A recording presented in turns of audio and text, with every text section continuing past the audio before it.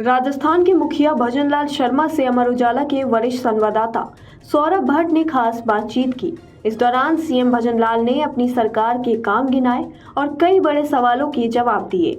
दरअसल राजस्थान में मुख्यमंत्री भजनलाल शर्मा की सरकार का पहला साल पूरा हो गया है। पिछले साल 12 दिसंबर को विधायक दल की बैठक में उन्हें सीएम चुना गया और 15 दिसंबर को उन्होंने सीएम पद की शपथ ली थी। पेपर लीक, गिरफ्तारियां, ईआरसीपी एमओयू, इन्वेस्टमेंट समिट जैसे बड़े काम इस एक साल में हुए। एक साल में उनके क्या तजुर्बे रहे और अब वे किस तरह आगे बढ़ने की योजना बना रहे हैं, इसे लेकर अमर उजाला ने उनसे एक्सक्लूसिव बातचीत की। आइए आपको बताते हैं अमर उजाला के सवालों पर भजनलाल ने क्या जवाब दिए।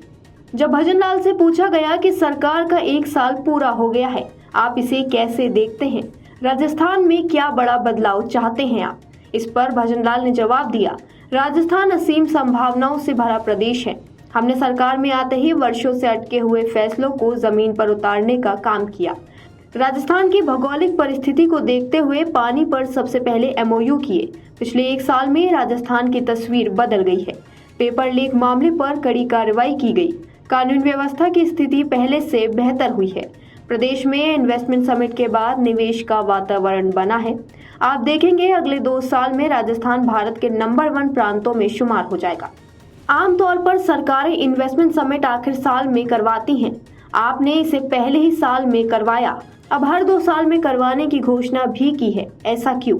इस सवाल पर भजनलाल ने जवाब दिया, हमारी सरकार ने यह साबित किया है कि हमने एक साल के दौरान राजस्थान प्रथम का लक्ष्य लेकर प्रदेश की जनता को सुशासन देने का काम किया है।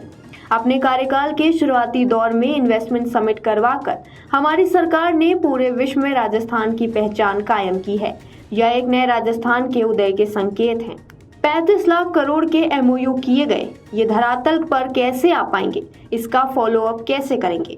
इस सवाल के जवाब में भजनलाल ने कहा, जिस तरह से हमारी सरकार, मंत्री और अफसर काम कर रहे हैं, उसे देखते हुए एमओयू के धरातल पर आने में कोई समस्या दिखाई नहीं देती। आप देखना, ये तमाम एमओयू धरातल पर आएंगे और प्रदेश में रोजगार के नए अवसर पैदा करेंगे, क्योंकि हमने अधिकारियों की नियुक्ति भी की है और निर्देश भी दिए हैं, जिससे निवेशकों को कोई परेशानी ना हो। हमने पिछले एक साल में काम किया है और पूरे विश्व के कारोबारी तथा उद्योगपतियों का ये विश्वास दिलाने में सफल रहे हैं कि राजस्थान इन्वेस्टमेंट की दृष्टि से पूरी तरह से सुरक्षित प्रदेश है। आपने देखा इन्वेस्टमेंट समिट में जिस तरह से माहौल था, जिस तरह का उत्साह समिट में शामिल डेलीगेट्स का रहा, उसमें इन एमओयू के धरातल पर आने में कोई समस्या दिखाई नहीं देती। हमने राजस्थान की जनता को भरोसा दिलाया है कि 2 साल बाद हम हिसाब देंगे। केंद्र सरकार 1 नेशन 1 इलेक्शन का बिल ला रही है। राजस्थान 1 स्टेट 1 इलेक्शन को लेकर क्या तैयारियां कर रहा है? इस सवाल के जवाब पर भजनलाल ने कहा, 1 नेशन 1 इलेक्शन को लेकर हमारी सरकार पूरी तरह सजग है और केंद्र के जो भी निर्देश होंगे उसके अनुरूप हमारी पूरी तैयारी है। 1 नेशन 1 इलेक्शन से समय, धन और ऊर्जा की बहुत बचत होगी और जनता को भी बड़ी राहत मिलेगी। अगले सवाल पर कि नए जिले की समीक्षा रिपोर्ट सरकार के पास पेंडिंग है, सरकार इस पर कब निर्णय लेगी और कितने जिले कम होंगे? इस पर भजनलाल ने कहा, नए जिलों को लेकर सरकार की मंशा साफ है। कमेटी ने जो रिपोर्ट प्रस्तुत की है उसके आधार पर एवं जनता की भावनाओं को ध्यान में रखकर ही फैसला किया जाएगा।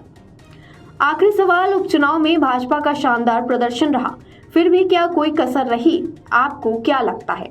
इस सवाल के जवाब पर भजनलाल ने कहा, एक साल में प्रदेश के विकास एवं जनता के कल्याण के लिए जो कार्य किए हैं उसी के आधार पर जनता से वोट मांगा।